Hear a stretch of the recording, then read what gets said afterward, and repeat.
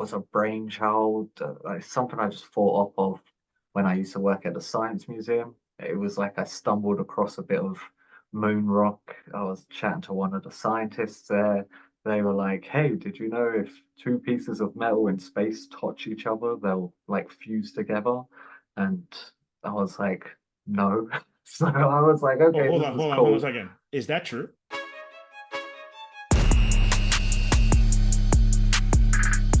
Okay, welcome to the Asylum, everyone. My name is Steve, and I'm here with John Casey Orozco out of lovely Scotland. And we're going to chop it up and talk indie comics and his Kickstarter that he's got coming up. All right, so John, welcome to the Asylum. Ah, thanks for having me, Steve. It's a pleasure to be here. All right, so how is it in Scotland? Rainy, uh, quite cold. Waiting to see the sunshine again, to be honest. It came out for 5 minutes today, and I was at work, so I didn't really get any of it at all. And by the time I got out of work again, it started to rain. So yeah, but apart from that, beautiful country. Definitely recommend visiting. Right, and before we kick things off, you had mentioned that you're originally from London. So the Yeah, transition from London to Scotland, how's that been? difficult. I'm used to obviously a bit. I was born and raised in London. Uh, we don't talk to each other in London. It's like all the houses are split up into flats now as well. So you've got like double the amount of people there. You speak to one neighbor, you nod at the rest of them, you're suspicious of one of them. And yeah, that's London pretty much. But up here, I walk down the street and someone who has never seen me in their life is like, "Good morning." And I'm still looking behind me to be like, clearly you're talking to someone else. But no, they're talking to me. So getting used to how friendly like a small town is, it's been quite not difficult, but just different. Right, Something. right. Uh, And so you have a Kickstarter running right now for your own indie book called Oreium. Can you tell us a little bit about that? And I'm going to jump back to your move and talk to you about how moving from London to Scotland, if that's affected your creativity in any way. yeah, no. So basically, Orium is a dark sci-fi thriller. It was a brainchild, like something I just thought up of when I used to work at the Science Museum. It was like I stumbled across a bit of moon rock. I was chatting to one of the scientists there. They were like, "Hey, did you know if two pieces of metal in space touch each other, they'll like fuse together?" And I was like, "No." So I was like, Oh, "Okay, hold this on, is hold on, hold on a cool." second. Is that true? Yeah, so basically, if you take a piece of metal from Earth and it won't happen because there's like a layer of oxygen always around it, or it's got oxygen particles inside of it. But if you take two pieces of metal that are in space, like two comets or asteroids, which are made out of metal, if they like come in contact with each other, they'll like fuse together. So I was just like, that's incredible. And That's I started crazy. doing research on like crazy metals and stuff. And I've always wanted to write. I had a lot of free time in the Science Museum because it's only busy during like school holidays and school trips. So I just started writing a comic book pretty much. This was a while ago though. This was back in 2015. I actually started writing it, and I did not have the confidence to kind of put it out there, which I use quite a lot in the book itself. The main character, Robert, he's trying to hold on to some hope that he can be a good person, and he doesn't really have the confidence to it until a mysterious voice starts kind of directing him to do stuff. Is it good? Is it bad? We'll actually have to wait and find out to see. It sounds really interesting, and I like the fact that you're able to take aspects of your job and then turn it into I guess the narrative that you're crafting right now. And so what other kind of little tidbits from working in a science museum were you able to like cobble together for Orium? Quite a lot actually. Like part of me feels like maybe I should put a credit in towards them because the amount of free time I actually had there. They're interesting guests. I was just like a humble front of house kind of person, selling you tickets to the IMAX and the little like rides that they had there. But also when we'd have like the big speeches, like we had Brian Cox come in to do one. Buzz Aldrin actually came through Wow. and he did a big chat, and I can never remember her name, but it was the first. This is before obviously all the tensions with Russia. They had sent out a team to Russia to find all the old cosmonaut stuff. Oh, So cool. they managed to get hold of quite a bit, and I can't what's it, it's not like the CEO of the museum, but like the head of the museum actually got an award from Russia for bridging relations between the two museums.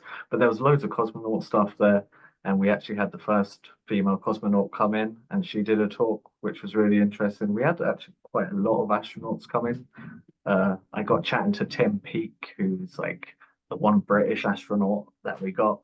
So I Oreium kind of was going towards that way, where it's going to be kind of space related, but as it's went along, I've changed it to something a bit different and going to use the space stuff for a different story in the future. Excellent. Excellent. So you have this one now as a Kickstarter, and I saw that your pre-launch is going really, really well. I think you cracked like the 100 follower mark.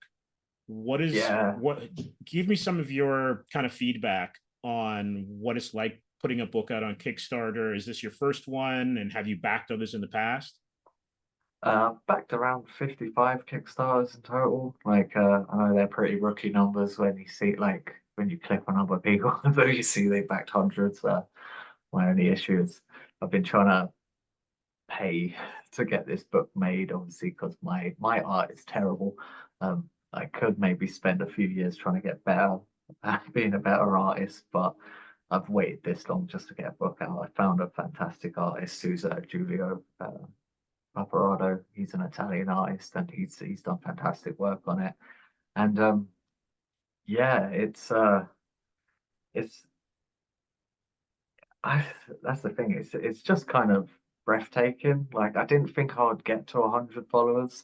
When I hit 60 followers, I was like, oh yay, people like it. And I actually slowed down promoting it as much. Like there was a point where I was like promoting it like 3 times a day on Twitter.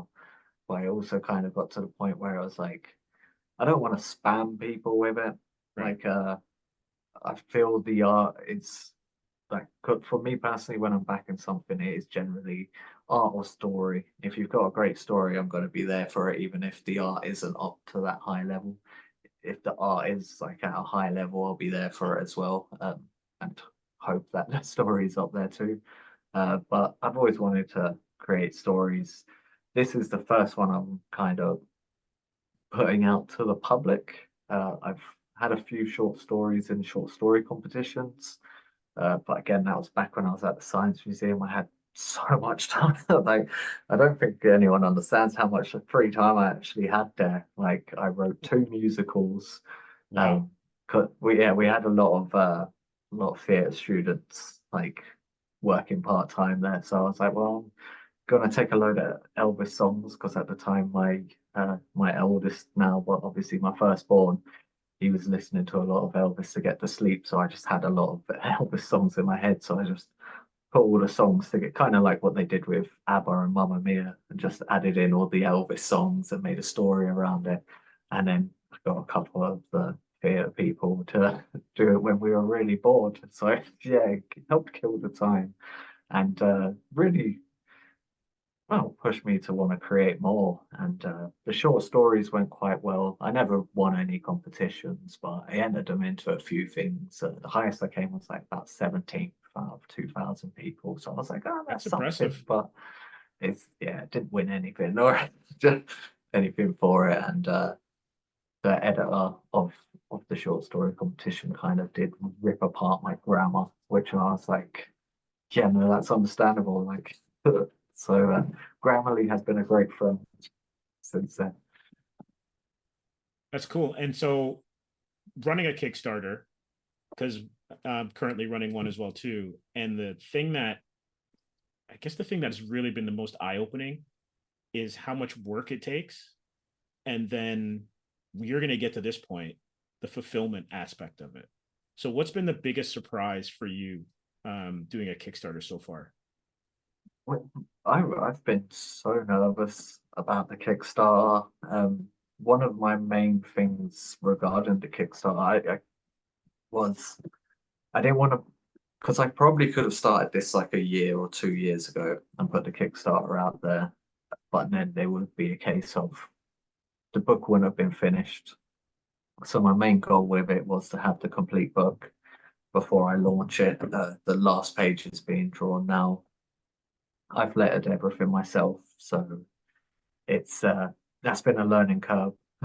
Curve, sorry. The first couple of pages were terrible, so I went back and redone them. I've learned how to do the sound effects. There's not many, thankfully. I was the writer of the story, so I kind of didn't put too many crazy sound effects in it. So there's enough in there that gets it to going. But yeah, the letter, did all the lettering. But running the Kickstarter, I kind of, I was, I actually launched it by accident like a month ago. No, about 2 months ago, like, because it Uh-huh. just came up, it got approved, and I was like, oh, it's been approved. And it was like, press this button to launch it. And I thought that was the launch, the pre-launch. Right, And it right. launched. And um, from what research I've done is don't launch without any followers. So I cancelled it straight away, redid it all, had to change the name of it slightly. That's why it's Oreium Saga. Like it won't be Oreium Saga until it's completed, Right. but like that will be its big name, Oreium Saga. But yeah, so redone it all, set it to pre-launch. Haven't went near the page since just to check how many followers and yeah. But also I've been really nervous looking at other people's Kickstarters because I see that some places have three, four different variant covers. I don't have any variant covers. Obviously, I'm very aware of shipping to America, Canada, South America is crazy at the Mm. moment. It's really expensive. Luckily, I've kind of hooked up with Bedbox Comics. uh, we've been chatting and we've kind of come to an agreement now. I'm going to print off however many books that I need to get over to America, send them in bulk to those guys, and then they're going to send it out there, which is going to kind of, well, the shipping to America now is only going to be about $5, whereas Oh, if I that's was great. doing it myself, it was going to be like 20 twenty Yes. dollars like, and then obviously for a physical copy it's £7, which is about $10 as well. And I like, as much as I love my story and love the art, I can't justify someone paying like $30 just for a 32-page comic. Like, I'm very conscious of that as well because I tend not to back things which are too expensive because of that. Like, well, if something's really special, like, oh, I'm there for it. But yeah, I'm wary of that as well, just because the shipping, like, it's $10, but then you put the shipping on it, it's like another 20. And yeah, before you know it, like I'll get in a lot of trouble with my wife. No, I totally hear you. I actually was watching a YouTube video. I can't remember who it was, but their suggestion was to do two issues together, and that would cut the shipping. So that's what we decided to do. Oh, Um, okay. and just by, I guess, just by, just the way things worked out, the narrative works. That's so like every issue ends in like a cliffhanger, but like by the time we've already launched the first one and we're doing two and three, but the third one, there's a big reveal. And we were having discussions when we were planning it, and it was like, so do we do 5 campaigns or do we only do 3 campaigns? And we were getting the Yeah, same feedback that you were getting, and even when you're backing stuff, is like shipping's a killer. And we even had a few backers who were like, I don't know about the shipping.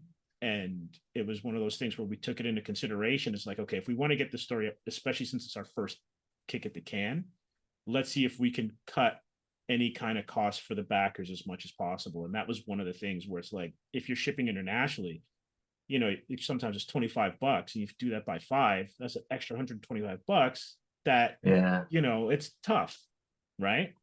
So we wanted to get rid of But that. that, yeah, like for a while, I did think about doing just digital release, like just make it a purely digital comic. But at the same time, like as much as I've read so many digital comics now, like so many that I've got from Kickstarter. So most of the stuff that I back from Kickstarter is digital, and I'll happily read it on my phone, but nothing beats actually holding it. Right. And so that's why I was like, no, I have to. And speaking with other people, like I even had one guy who was like, well, I always buy a copy and then I buy a signed copy as well. And I was like, oh, where do you live? And he's like, America. I was like, damn, like I got to figure out his shipping. Like, so yeah, luckily, hooking up with Bentbox, we've kind of come to a thing where I'll send them a big lump sum of comics. They're going to take some to the Comic Cons that they go to as well, the conventions, and they'll be selling them there uh, for whatever's left over. Hopefully, there's not many, but I still need to get it all printed out and done. We did think about printing in and having them, just me sending them the file and then printing it in America. But with this being my first comic and kind of like my baby, I don't want to take any risks on it yet. I want to make sure everything is how I want it and how, like to a certain standard. Right. And so for anyone who's listening or watching, what exactly is Bentbox? Is it just a mailing kind of distribution No, company? they're it's two guys, Chris and John. They are creating. They've got Kickstarters running at the moment. Artificial 2, which is if you haven't checked out, definitely check out Artificial 1. It's a beautifully made comic, and John's got one coming up called Wingless. Um, they're both great guys, and yeah, it was just kind of something that snowballed. We got chatting and before we know it, we were like, yeah, let's do this. Because eventually it will come to the point where for people over in Europe and in the UK that want to buy physical copies of their books, I'll do essentially the same thing for them. So they'll send me like a big shipment of stuff and I can get it out to people over here. So it's more of a team effort. Right. I think Okay. Okay. I get it. I get it. And so how did you find your artist? Fiverr. I spent Really? yeah, I spoke with friends. I was like, hey, do you want to draw a comic for me? Like, I'll pay you. And they were just like, no, I've got too much to do. And I was like, fair enough. Spoke to another friend. He was like, I would do, but if I'm going to draw anything, I'm going to draw my own comic. And I was like, cool, that's understandable. He still hasn't drawn his own comic yet, but it's one of the, I was like, we could have done it. But yeah, so I've spent about a month on Fiverr going through people, speaking with different people, seeing sample work. And then, yeah, I stumbled upon Julio and it had the right look. I got back into comics. Like I used to love comics when I was younger, and then I kind of took a big break off through high school where I just wasn't involved with comics at all. And The Walking Dead came out, issue 1, and me and my friend sitting in his shed reading The Walking Dead, and we just I he didn't continue with he read all of The Walking Dead, but he didn't go any further. But it pulled me back into Batman, DC, Marvel, like everything else. Like I found myself like checking out the like Sandman and everything. And yeah, so my book is kind of a homage to The Walking Dead and how they went about creating it. It's a black and white comic. Um, there's only one cover. There's not any variants. So hopefully it would be nice to replicate their success. That's a long shot. But yeah, Don't sell uh, yourself short. oh, you can hope. But yeah, so that's I took inspiration from that. It keeps the costs down. It keeps the printing costs down as well. So my only issue with it is obviously because I wanted to complete the comic before I like get it out to people or even let people know about it. it's taken me about 2.5 years to actually Right. do. So it's like some days, some months it's 1 page, other months it's 4 pages. Obviously rent in London and then travel and everything was a lot more expensive, so that played a big factor into it. Since moving to Scotland, the pages have started to crank out a lot quicker, so that's helped. But yeah, it's been a long a long journey, but I've really enjoyed it. And once I got to around page 20, I was like, right, what do I do with it now? And I had been on Twitter before, but not really in the indie comics community or the comic community at all. I started following a few people and just started chatting and building up things from there, and then saw all the drama. And there Yeah. was a lot of drama, Yeah. which which is why I kind of was like, I don't, I don't, I don't get involved with the drama. I think the most controversial thing that I've actually said is that we're all in competition with each other, but it's like how a brother and sister or brothers are in competition with each other. You don't want to see someone fail, Yeah. but you want to beat them. But Yes. it's Yeah. not in it's not a horrible way or anything like that. Like I wouldn't want to step on anyone to get somewhere. So that's and that was like the most controversial thing I think I've said. A few people were like, "No, we're not in competition. We're selling to different people." And I kind of was thinking like, "Yeah, but I want to sell to everyone."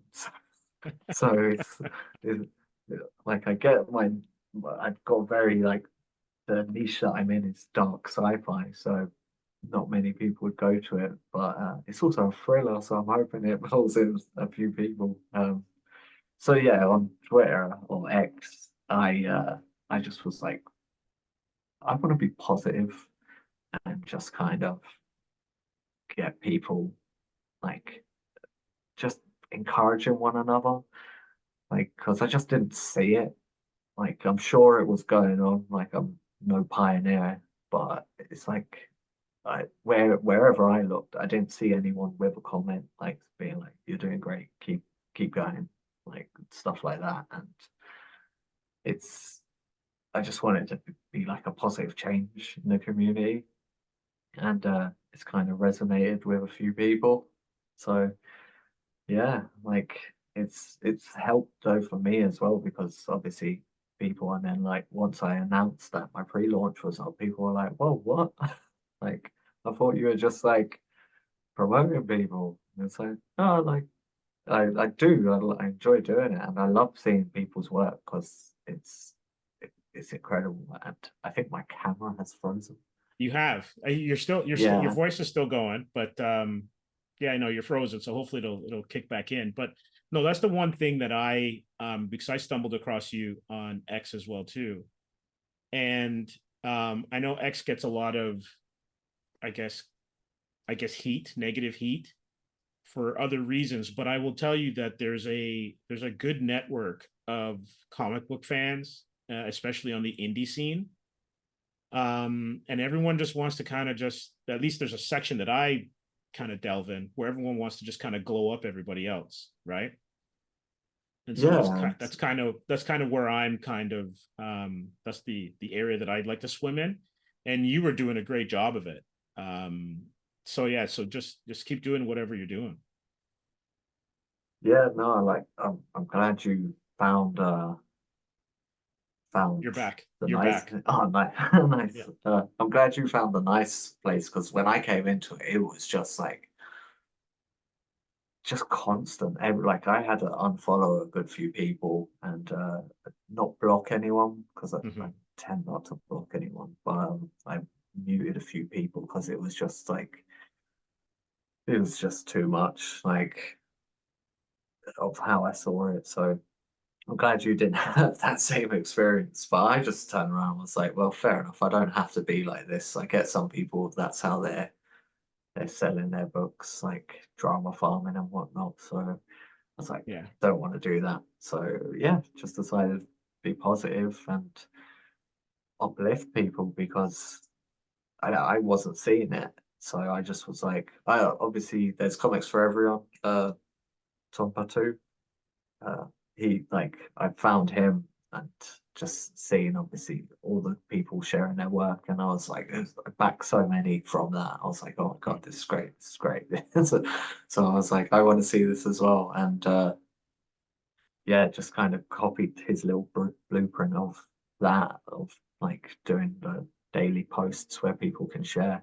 I have stopped the daily ones. They're not happening as much over the last week or so, just because I've had a lot of work and Right. got a lot of lettering to do, trying to get everything ready for the Kickstarter. So, and obviously I've got two young kids, wife, got so many things I'm trying to juggle. So, as much as I would love to spend a lot of time on X and Twitter, like chatting and like sharing people's work, I can't do it every day, especially now when I put up like I put up a share post earlier, and I think there's around about 40 comments with people's work, and like I make the effort to obviously not just to like it, but like Make a most of the comment. time, Yeah. yeah, there'll be a comment. I like to quote tweet it as well, because there is the kind of thing where I've seen people like don't share with people who are just asking you to share your work because no one sees it.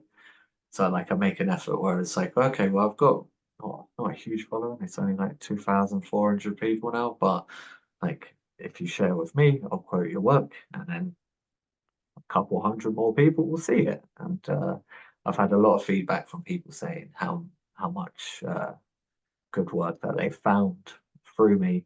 And so I was like, oh, that's what I wanted to do. Like I want you to find good stories, and it's helped me because I wouldn't have backed as many as I have without having that shared platform there.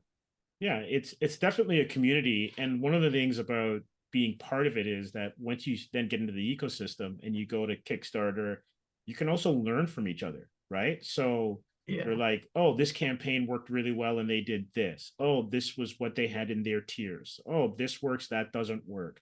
I like that artist. I didn't even think of having that kind of an artist for this project, right? You're talking about variant covers. We weren't going to do variant covers, and then we got some advice to do it.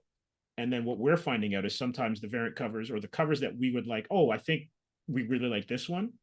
And then you put it out into the audience, and they decide which one is the more popular one. So it's always kind of really interesting to see what kind of feedback and what things you can learn by not being so insular. yeah, like that's that's the thing. We're all in the community, and like I've learned so much from everyone. Like some people who obviously haven't had their campaigns fulfilled, like to see them just pick themselves back up, kind of dust themselves off and be like, right, here's when the next pre-launch is starting. This is what I'm doing to fix it. And it's like, no, that's great. Like, don't give up kind of thing. Because like I said, I started writing this like 9 years ago now. I had no confidence in myself. And it wasn't until like 2020, oh, well, 2022, always forget that we're in 2024 now. That I actually kind of was like, okay, let's get this made because no one else is going to do it. It's like, Yeah, you bet on yourself, right? yeah, still like still wary if it feels a good bet, but I've met so many great people that even if I like that's the thing, I just try to stay as positive as possible. So even if it doesn't do amazing, if it doesn't achieve what I want it to achieve, like there's still positive of the community that I've kind of found and the people that I've met. And like speaking with yourself, like just finding people who have like, and then like, oh, it's like I'm 36, so like it's very difficult to make new friends, and I've just moved to a new country, so Right. it's quite nice having everyone on X, and I've got the regular people that share with me and people that chat with me, and I've started getting a lot more DMs from people who just kind of want to chat, which I'm like, oh yeah, that's nice. Like so, yeah, making friends and making comics is a good way to go about it. Yeah, it's kind of like being at a virtual comic shop. You know, everyone has their pull list on like at least here in Canada, it's on a Wednesday. So some people just go to the shop, talk to the store owner, pick up their books, complain about the latest Marvel series or whatever, and then they go, right? Yeah. So you're able to do it online, which is great. Pretty much, yeah. Like I've we've only the comic shop. We do have comic shops over here, but they're few and far between. And most of, like there's a few franchise ones, like Forbidden Planet. Right. They kind of dominate or comics. Well, I'm not sure. I'd have to check, but any comics, pretty much, the majority of them come through. Especially floppies come through Forbidden Planet, I'd imagine. Uh, but yeah, I need to kind of get out there and go and discover the little comic book shops and get chatting to some people face to face as well. As well. But Yeah. yeah, no, it's the community's been fantastic, and everyone in it is fantastic as well. Like I'm just happy to be a part of it, to be honest, and I just do what I can to help out. Like I said, sharing their work. I do my little encouragement tweet in a day, which I've been doing now for I think about 7 months. Where I'm not gonna lie, I don't make up the quotes. I find a motivational quote, I share it, and then like twist it to be about indie comics, and Right. that we need to kind of not give up and keep going because like I gave up so many times before I got to the point where I'm at. So, and uh, like apart from my wife, I didn't have anyone who was saying like, "Go do it," like you can do it, kind of thing. And I want to be that for someone. And yeah, doing what I can. No, that's excellent. And so, Orium, what are your plans for it? Is it a mini series? Is it going to be a long running series? That's something that I like. It's I've played about with it in all sorts of ways in my head. At one point I had it as a long, ongoing, like 60 issue epic, and then I was just like, I have so many stories I want to tell. Hmm. Um, not just Oreium. So I come to the conclusion, which I'm going to do 4 issues, around about 32 pages each. So by the time it's finished, it'll be a complete story, but also about the length of a graphic novel. So once I get to issue 4, even if it keeps failing, I'll keep making it until issue 4 is done, and then release it as like a nice hard book cover as well, just as a graphic novel, and then move on to the next story that I want to do, which I've already planned out. So it's just that pain where it's like I've got so many ideas, but it's like I've only got enough money to do one thing at a time. So, Money which is and why time. yeah, like I really wish I was an artist because if I wouldn't have this, but my only issue would be time if I was the artist. But yeah, no, I'd be looking for a new artist on the next project. But Oreium, I want to keep Julio. He's done a great job, and I like keeping the same continuity with a singular story. Like it always pulls me out. Like when I've been reading Marvel comics, and like there's like a sudden change up with the art and the artist. So I like to keep things. I like to keep the continuity. So yeah. So it'll be a 4 issue mini series, and then eventually a graphic novel, and then move on to the next one.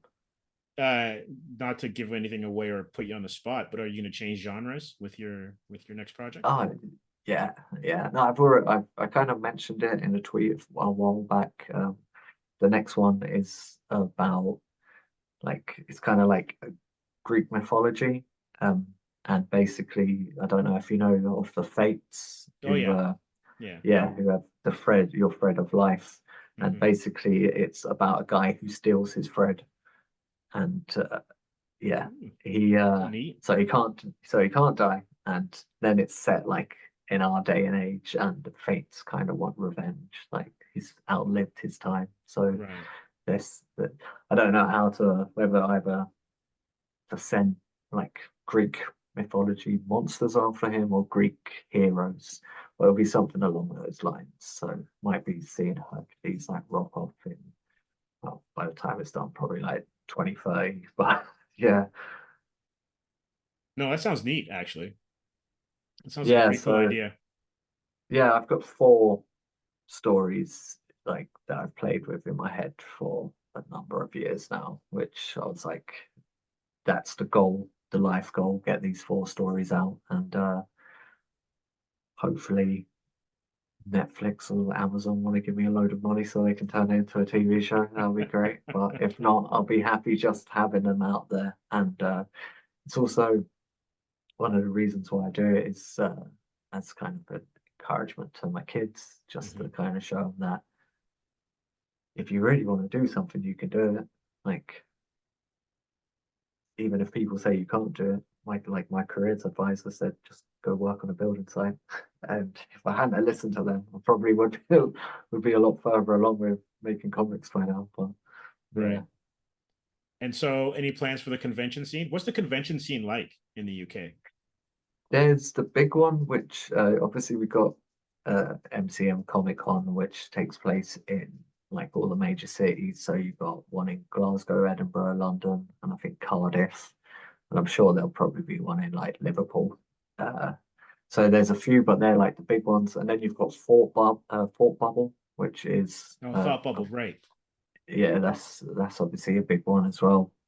There is lots of little ones, but I'm not gonna lie, I've only ever been to two, and was working at both of them. I used to work for a cinema when I was younger, and they were like, go to the place where people want to go see films and make them buy our membership cards. And I was like, okay, kind of want to just walk around and look at comics, so it's stuff.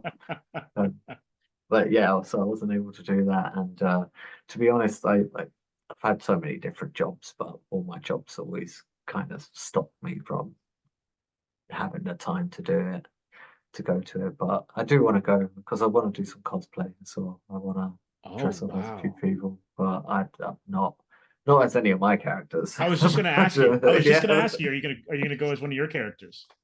no, my characters are very there's not enough to them yet that makes them stand out enough. Like the main character Robert, he's got some cool things like he can he does a bit of like body morphing, so he turns his like hands and arms into like different blades and whatnot. And the other one's a bald German scientist, so kind of I want to keep my hair as, as long as I can. I don't want to shave it off, even if it is for a cosplay. Um, so yeah, no, I've always wanted to cosplay as Captain America. So like that's what Nice. I've always Not wanted to Captain do. Britain. No, like I grew up with Captain Britain. My dad was had the complete original series, and he sold it to marry my mum. Oh, Pay for the wow. wedding. That's awesome. Back.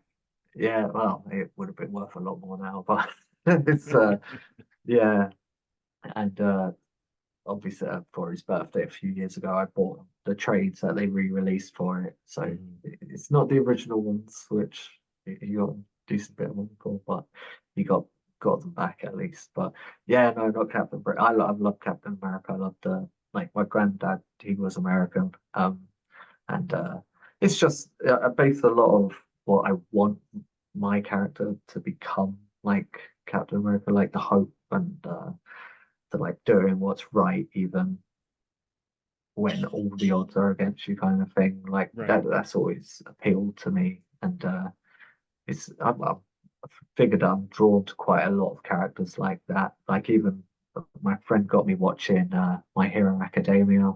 Right. Like I was I used to watch Dragon Ball Z when I was younger, but I think everyone of us each watched Dragon Ball Z when they were younger. But yeah, he got me watching that, and there's a character in that called Lemillion, who's very much the same way. He just wants to save people and do what's right, even if it costs everything. So, like that's always been a big appeal to me, and it's kind of every story I've ever written has that kind of vibe to it, apart from one which was just kind of an odd story. But yeah, No, that's great. All right. So I have to say it was a pleasure chopping it up with you. Best of luck with Oreium. And, keep doing what you're doing on X because I think you're an inspiration to all of the indie creators out there who are trying to get their stuff out and every little bit of like sunshine that you're spreading onto the onto X is making it a lot easier for them. Like you can't see it because I'm really pale and sitting under a light, but I'm blushing. So thank you very much for that. So yeah. But yeah, no, and please share your comic with me, and I'll happily like put it out there because yeah, like I didn't even get a shot. What's the name of your comic? Like, Oh, it's called Atrium, and it's about two paramedics who have to deliver a donor heart, but are also oh, chased by a team nice. of assassins. So, That's a yeah. film. Like that's a film right there. That would be great. Well, thank you. Yeah, yeah. We're halfway through. I guess we got about 28 days left in our Kickstarter, and things are going well. We're over 50% funded. This is issue 2. It's going to be a 5-issue series. So yeah, we're happy with it. The cool thing, and you're going through this as well too, is we're getting the colors for 2 and 3 Oh, as nice. updates from the colorist. And every time you see, you're Yeah. like, oh, and so, and we'll get a new cover, a variant cover, and we're like, oh, this is kind of cool. So yeah, it's Oh, fun. nice. It's fun. Nice. Well, send DM me the link and I'll go back it straight away. All right, thanks, and same Yeah, with yours. I'll definitely. be on the watch list. Thanks, man. All right. Well, cheers. It was great chatting with you, and And you? keep it indie. Now, will do. Thanks very much for having me, Steve. Excellent.